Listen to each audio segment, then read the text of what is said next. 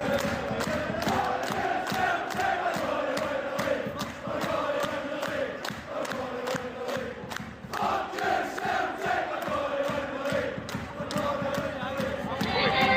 Rangers, 3 in a row, sorry! Alright everyone, I'm guessing that you've woken up today with a huge smile on your face. We've done it, come on, we're champions of Scotland again, 54 times now, 12 times in the last 13 years. And it's not just that, it's the way we did it last night against Kilmarnock. We won 5-0 and put in, for me, our best performance of the season, bar none. Celtic are just magic at the moment. We're champions as well, and we can talk about it on today's video. And I've got a beer as well.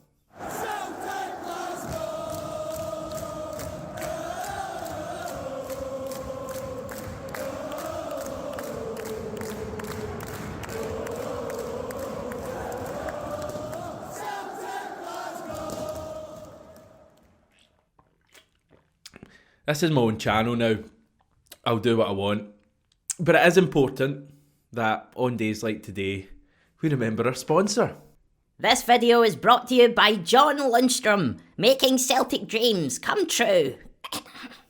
Okay, we've got so much to chat about from an amazing night last night. We've got some video footage from Rugby Park and Celtic Park. We've got amazing photos from our good mate Gio. We've got thoughts from Stevie, social media reaction from various people, a bit of Champions League chat as well. So much to do. But first of all, let's just start with the game itself. And before kick-off, we had this wonderful tifo that was organised by the Green Brigade. Tommy Burns, you're playing for a people and a cause. Just really set the tone for the evening. And while Sky Sports clearly had the Celtic end at Rugby Park's volume reduced dramatically, I'm told from numerous people who were at the game that the Celtic support were an incredible voice throughout the evening. And yeah, the team matched that and put in a performance that was fitting of the occasion. They really just continued where they'd left off in the derby on Saturday, and it was a game that really reminded me of that 2012 clincher we had at Rugby Park when we won 6-0. It was 5-0 last night, even down to the minutes of the first 3 goals. Back in 2012, it was 8, 17 and 35 when our first 3 goals went in. Last night it was 5, 12 and 35. So very similar matches. Celtic just coming out, one thing on their mind, win the league, and completely blowing Kilmarnock away. And I don't think it should go unnoticed that the first 3 goals last night were very reminiscent of Ange ball. They were all very similar goals. Really good football in the build-up, ball squared across, and tap-ins for Ida, Maida and Forrest, our front 3 that started the match. But some of the performances in that first half, it was honestly just an absolute joy to watch, much like the weekend. Matt O'Reilly was just so good to watch. McGregor, fantastic. You know, people were writing him off a few weeks ago. It just looks ridiculous now. Hatate was pretty good, I would say. His play for the second goal, that lovely kind of slide rule pass to Alistair Johnson was fantastic. As I say, the front 3, James Forrest, I think over the last few games is as well as James Forrest has ever played for Celtic. He just looks unbelievable. Dyson Maida, since he's come back from his injury, looks even better than he was before. And I thought Adam Ida was fabulous yesterday. And there's been a little bit of a strange, to me anyway, kind of feeling developing in recent weeks that we shouldn't sign Adam Ida. For me, it's an absolute no-brainer that we should try and sign Adam Ida this summer. He's just produced so much for us since coming to the club. I mean, when you look at the kind of title-defining moments this season when things were difficult and the team were struggling, Adam Ida stepped up. He got us the win at Hibs, albeit, from the penalty spot twice. He definitely got us the win at Fir Park. 2 goals from open play that day. he was the one who scored the goal at Ibrox when we were in a bit of a downer after Rangers had just equalised. How important is that goal, looking back? And again, last night, he was just so good. He's so strong, so pacey. He's not the finished article at all. And he'd still be playing second fiddle to Kyogo next season. But for me, he is a signing we have to make. And I've said that virtually all the way through. But yeah, so many positives in that performance last night. As I say, Matt O'Reilly was just fabulous. His goals in the second half were brilliant. Nobody played badly in that team at all. And yeah, 5-0 flattered, Kelly. It was a fabulous performance. And yeah, the win takes us on to 90 points. We now can't be caught. We've won more games than Rangers. We've lost fewer than them. We've scored more goals than them. And we've now conceded fewer than them. So we're so clearly the best team in the competition this season. And yeah, 90 points, 93 if we beat St Mirren on Saturday. And that's kind of as good as it's been in recent years. If you take away what were really freak, unbelievable seasons, the Invincible campaign and last season, where we just showed unbelievable consistency, 93 is actually the highest we've managed over like the last kind of decade plus, other than those two campaigns, and that was a couple of seasons ago in Ange Postecoglou's first campaign. And actually, funnily enough, if we beat St Mirren on Saturday, we'll end up with an identical record to that season, which would be 29 wins, 6 draws and 3 losses. So real similarities in the campaigns, I think. And yeah, on to the celebrations. And I just sat and watched Sky Sports. And by the way, Sky Sports coverage last night I thought was really good. They were on for, I think, over an hour after full time, which makes a change from the usual stuff. But it was really good. And even if their mics did cut out for about 10 minutes and you couldn't hear a word anyone was saying, and apparently that was due to the Celtic support burning through some wires with pyro. But yeah, their coverage was good, and I just sat and loved it. The pyrotechnics that I speak about did look pretty spectacular. They made for some brilliant video footage. We just loved to have been there. Great photos as well. And yeah, while I was watching all this, I just had a huge smile on my face. I think it's impossible not to if you're a Celtic fan. And I couldn't help wondering if winning ever gets old. Do you ever get tired of this feeling? I mean, we've now won 18 trophies in the last 8 seasons. That could obviously go up to 19 in 10 days' time as well. 12 league titles out of 13. Yeah, everyone just feels special. And I think when people, often the media, ask guys like Callum McGregor and James Forrest, how do you keep going? How do you keep having that appetite? I think the answer is so obvious. Like, as fans, we always have that appetite. I think the buzz that winning gives you just makes you want to have that again. And yeah, it just never gets old. I mean, it's such a sweet title win as well because of the adversity we've come through. We'll come on to that in a wee second. Now, there was actually some really good quotes from Alistair Johnson after the game on that kind of desire for more and his take on it. Quoted as saying, "I don't think these ever get old. You ask Callum McGregor, James Forrest, and you see the joy in their faces. This is only my second one, but man, when you get one like this, it just keeps you wanting more and more." Oh, great colours, innit? Goat. Lots of other really good interview stuff after the game. Callum McGregor, interestingly, he was asked for if there was one game from the league season that stuck out.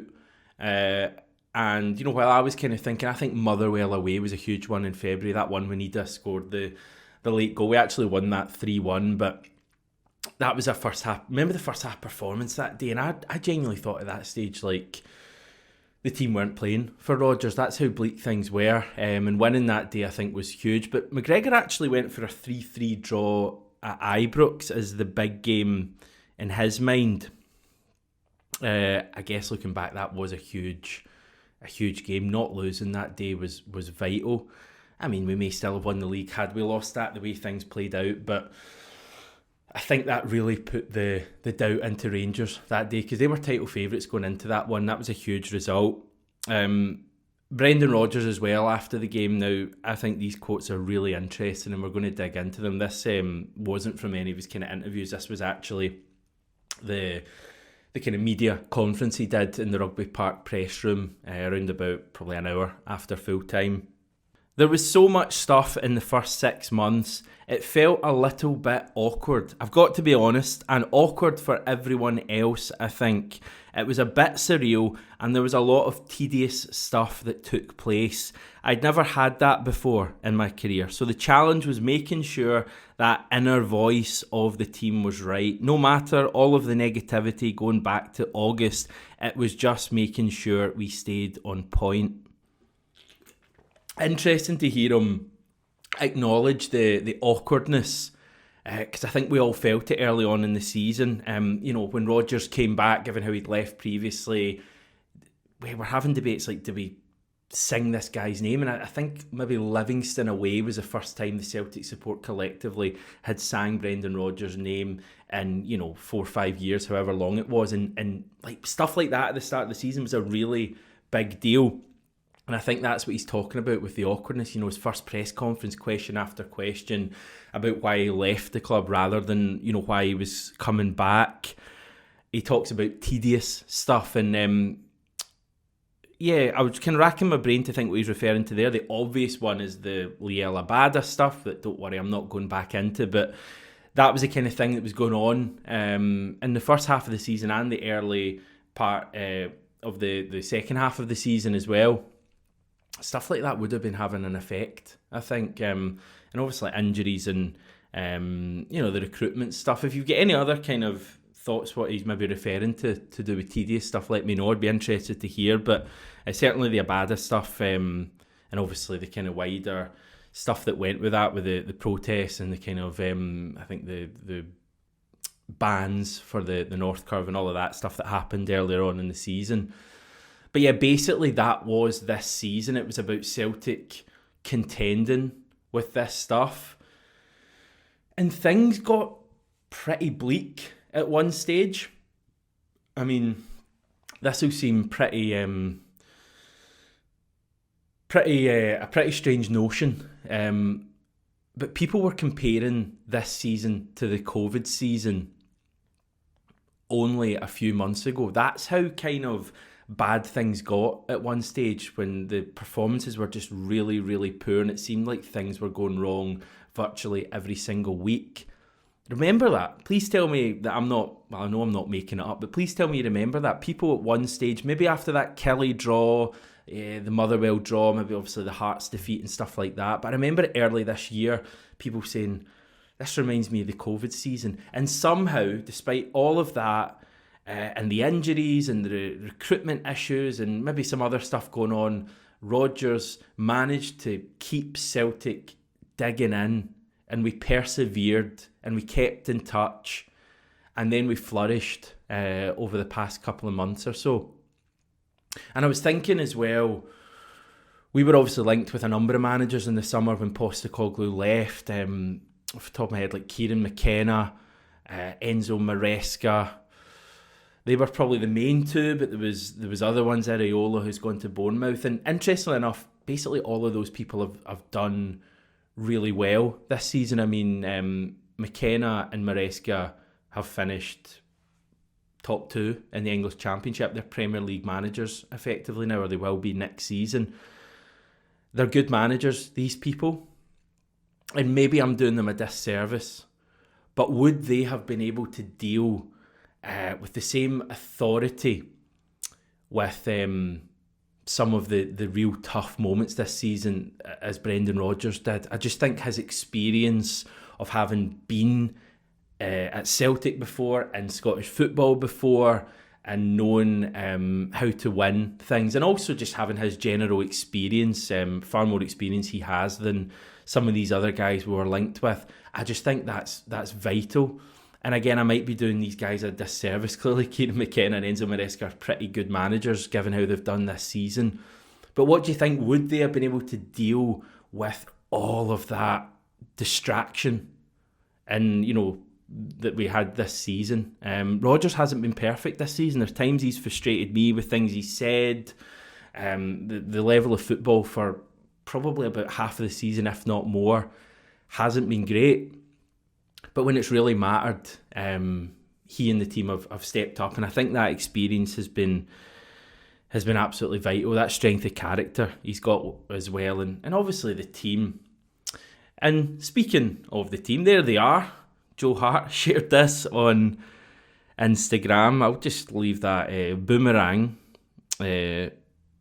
running, because it's just I just love images like this, because you just see different things like coming in from the side, and Matt O'Reilly down there with his tongue out, and who else just at the back, like Scott Bain's involved, and I just love it.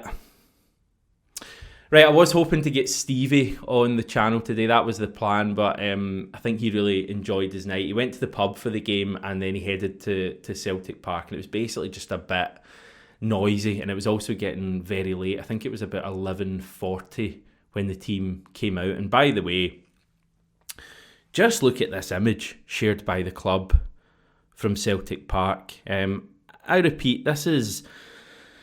Well, I was about to say it's Wednesday night. It's virtually Thursday morning. This is pretty much on midnight, and you're getting a turnout like this, in midweek. Incredible stuff. Anyway, the reason I bring Stevie up, he sent me some thoughts on last night, but it was a bit late for him to do a video. So he's sent me them in email form, which is very 2006 from Stevie. Oh, he's a very long email. I've not even read this yet. Do I read it all? Yeah, right, okay. Let's go for it. Right, he says, what a night. Finally champions. We never crawled over the line. We burst through it with a superb win at a bogey ground for Brendan against a Kilmarnock team who have had a really successful season. Everything clicked from the first minute, and I knew Ida would start and cause their defenders problems with his style of play. His early goal set the tone for us, and I was really happy to see our two wide men, Maida and Forrest, on the score sheet also. Enjoying our renaissance period just now, and really being appreciated by the support. No one put a foot wrong. I found myself just appreciating O'Reilly's double the more I watched it tonight. That's 5 goals in his last 3 games at Rugby Pugby. We in joke there. And they could be his last there. I hope not, but money talks loudest in football. Don't really care about that, but don't want to talk about O'Reilly leaving. He says, wish I could have been at the stadium to enjoy the full-time scenes more, as the pub, which will remain unnamed and unshamed, decided to drown out the material being broadcast by Sky to play. Checks notes, walk on. I have a feeling I know what pub that was. With not one person in the public house wearing a scarf. Brilliant. That Easter stage of the season was so important in the end, beating St Johnstone and going into the international break on top, then beating Livy, coming back from it and remaining there before Ibrox. The pressure got to them and we thrived off it. Cracking scenes tonight at Celtic Park, an hour wait or so before the players and management arrived up the M77. Callum McGregor paid tribute to the team. James Forrest was singled out in particular. Joe Hart really took everything in, and Brendan Rodgers was quick to ensure all the staff were credited with winning 3 in a row before stating everything they do for us.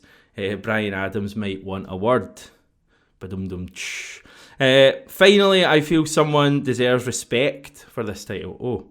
We had a rocky start to the season and could have fallen away after the Kilmarnock Cup loss, but we persevered and kept working away, and eventually he got us back on track with a massive win, which proved to be a huge mental lift for the team. Michael Beale, thank you. Good on you, Stevie. Hope you enjoyed your night. Yeah, just great scenes at Celtic Park late last night. I saw someone online, I think they called it like Christmas. It's just one of these events that now happens every year and you look forward to it. So that's a pretty good way to put it. And I think, the players clearly enjoyed it as well. Now, just a few other things I loved from last night. Brendan Rodgers pulled Neil Lennon over to the Celtic support at Rugby Park just as he came over to to do that Sky Sports interview. So he basically was kind of, you know how they usually come over and he'd like shake his hand and whatever. He kind of basically pulled Neil Lennon and kind of showed him to the Celtic support, a bit like Martin O'Neill did with Neil Lennon all those years ago at Ibrox. And I was just looking at that going, right, okay, it's a bit forced and all that, but more just like, imagine that had been a sight you were told about a year ago, 2 years ago. Neil Lennon and Brendan Rodgers, two guys that let's just say we weren't huge fans of for different reasons a couple of years ago, both in front of the Celtic support after we win a league title. Just amazing stuff. I also like this from Stephen Welsh, throwing it back to the Aidan McGeady clip that we played at the start from Tannadice in 2008. If you know, you know. We also had Jeremy Frimpong congratulating us. He tweeted, "Both champions love it," referring also to his side Bayer Leverkusen, who won their league, the Bundesliga, and have qualified for the UEFA Champions League. And that's a pretty nice segue to remind you that we have also qualified for the UEFA Champions League. And I've taken a wee look at what the situation is ahead of the first ever league phase next season. Yes, this is it. We are the 22nd of 36 clubs to qualify so far. Plenty of interesting teams in there. Obviously our pot is to be confirmed. I think it'll probably be pot 4. It's actually irrelevant, the pot next year, because you play 2 teams from all 4 pots anyway, so it actually doesn't matter if we could play the same teams were we in pot 1 as if we're in pot 4, if that makes sense. So it really doesn't matter what pot we're in. A few interesting teams in there, especially in pot 4: Bologna, Girona, VfB Stuttgart, obviously the heavy hitters at the top, but we'll play 2 from each pot, 1 at home, 1 away, a total of 8 matches, and as you see, the draw is on August the 29th. And now we move forward. We've got St Mirren on Saturday, not long to wait for that game. Hopefully we can win that. But, you know, the big part of the day is going to be about celebrating another league title. We'll get the trophy after that match, regardless of the result. That's always going to be pretty fun. Just another party, 60,000 Celtic fans. It's going to be amazing. And then we've got the small matter of a Glasgow Derby Scottish Cup final a week later. But yeah, for now, the partying is going to go on and on.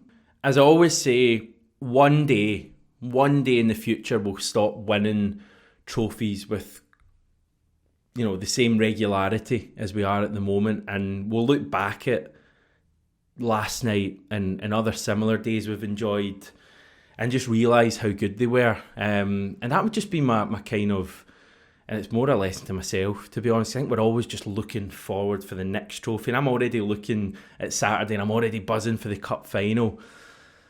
But just enjoy Celtic being successful again, because it's not always been like this in our history. In fact, this is probably now, you know, take the 60s out of the equation when obviously we were European champions. In terms of domestically, we've never had dominance like this in our, 140 odd years of history. It's an incredible period we're going through. 12 titles out of 13, cups galore as well. Just try and enjoy it. And, you know, embrace every single minute. And finally, well done to the Celtic FC women who won yesterday. They beat Hearts and they're level in points with Rangers at the top, but they're, I think, 16 goals better off in the goal difference. So basically, if we beat Hibs on Sunday at Celtic Park, we will win the SWPL league title, the first in the women's side's history. So it could be a weekend filled with silver. We'll build ahead to tomorrow.